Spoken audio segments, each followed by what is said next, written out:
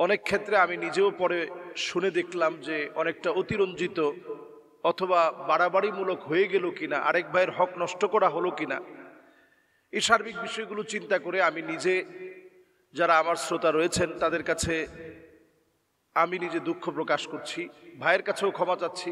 গত জুমাতে জনাব আবু তহা আদনান সাহেবের বিষয়ে যে আলোচনা করা হয়েছে সেখানে অনেক ধরনের সমালোচনা এসেছে। বিষয়টা আসলে এখন তালাক পর্যন্ত গড়িয়েছে। এই বিষয়ে কি আমরা এখন চুপ থাকা দরকার না? আসলে আমাদের সবারই উদ্দেশ্য ছিল যে এই পরিবারটা টিকে যাক, কোনো একটা ভাবে স্বামী স্ত্রীর ভুল বোঝাবুঝিটা দূর হয়ে যাক, সংসারটা কোনোভাবে টিকে যাক। এই জন্য আমরা যতটুকুন বলেছিলাম, অনেক ক্ষেত্রে আমি নিজেও পরে শুনে দেখলাম যে অনেকটা অতিরঞ্জিত অথবা বাড়াবাড়িমূলক হয়ে গেল কিনা, আরেক ভাইয়ের হক নষ্ট করা হলো কিনা, এই সার্বিক বিষয়গুলো চিন্তা করে আমি নিজে, যারা আমার শ্রোতা রয়েছেন তাদের কাছে আমি নিজে দুঃখ প্রকাশ করছি, ভাইয়ের কাছেও ক্ষমা চাচ্ছি। যেহেতু এখন সংসারটা শেষ, এ বিষয়ে আর কোনো কথা নাই। তলাক হচ্ছে শরীয়তের আবগাদুল হালাল, সবচেয়ে নিকৃষ্ট হালালটা হচ্ছে তলাক। যখন কোনোভাবেই সংসারকে আর মেনটেন করা সম্ভব না, তখন তলাকের বিষয়টা যখন আসে, তলাকই হচ্ছে সমাধান।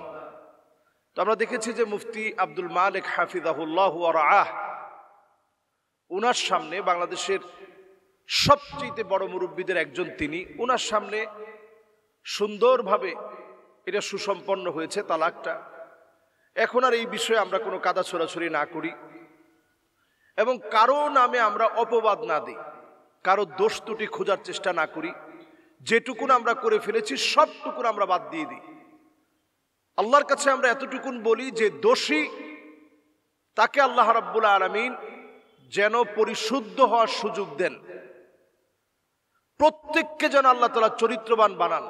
ছোট ছোট যে মাসুম দুইটা বাচ্চা, এই মাসুম দুইটা বাচ্চার জিম্মাদার আল্লাহ রাব্বুল আলামিন হয়ে যান। আসলে আমরা এই দিকটা বিবেচনা করি মূলত এই বিষয়টা নিয়ে কথা বলেছি, না হলে ব্যক্তি কেন্দ্রিক আমি কখনো কথা বলাটা পছন্দ করি না। আর যেহেতু তাদের পরিবারটা জনাব আবু তহা আদনান সাহেবের সাবেক যিনি সুমন্দি ছিলেন, স্ত্রীর বড় ভাই ছিলেন, সে যেহেতু অনেকবার তাদের মাহফিলে আমাকে দাওয়াত দিয়েছে, এই বিষয়টায় সহযোগিতা কামনা করার কারণে সে যেহেতু সাহায্য চেয়েছে যে এই বিষয়টা একটু যদি আমি কথা বলতাম, এবং তাদের কাছ থেকে আমি সার্বিকভাবে শুনে মনে করলাম যে বিষয়টা নিয়ে কথা বলি। হতে পারে যে এই কথাগুলোর দ্বারা সংসারটা হয়তো টিকে যাবে। তো কদারাম মাকদুরা, আল্লাহ তাআলা যেটা চাবেন সেটাই হবে। ফাআলুল লিমা ইউরিদ। আমরা শত চেষ্টা করেও অনেক সময় অনেক ভাঙন আমরা ফিরাতে পারবো না। অনেক সময় দেখা যাবে আমাদের সামান্য চেষ্টায় একটা ভাঙন ফিরে যাবে। তো যাই হোক, আমরা উভয় পরিবারের কল্যাণকামী আমরা দোয়া করি। আল্লাহ রাব্বুল আলামিন এই দুই পুরা পরিবারের যে সন্তান আল্লাহ তাআলা দিয়েছেন, এই সন্তানদের আল্লাহ তাআলা যেন জামিনদার হয়ে যায়। এই সন্তানদের জন্য আল্লাহ রাব্বুল আলামিন যেন রহমতের চাদর বিছিয়ে দেয় এবং আমরা কাদা ছড়াছড়ি একেবারে বন্ধ করে দেই। বাংলাদেশে এখন অত্যন্ত গুরুত্বপূর্ণ অনেক ইস্যু রয়েছে, যেই ইস্যুগুলোতে এখন আমাদের মনোযোগী হওয়া প্রয়োজন। আর সত্য একদিন উদ্ভাসিত হবে, তখন কে অপরাধী এটা আমরা অটোমেটিক্যালি বিষয়টা বুঝবো। সত্য উদ্ভাসিত হওয়ার আগে আমরা কাউকে ব্লেম না দিই, অপরাধী না বানাই। যেটুকু আমরা করে ফেলেছি আল্লাহর কাছে আমরা ক্ষমা চাই। আল্লাহ তাআলা যেন আমাদেরকে মাফ করে দেন।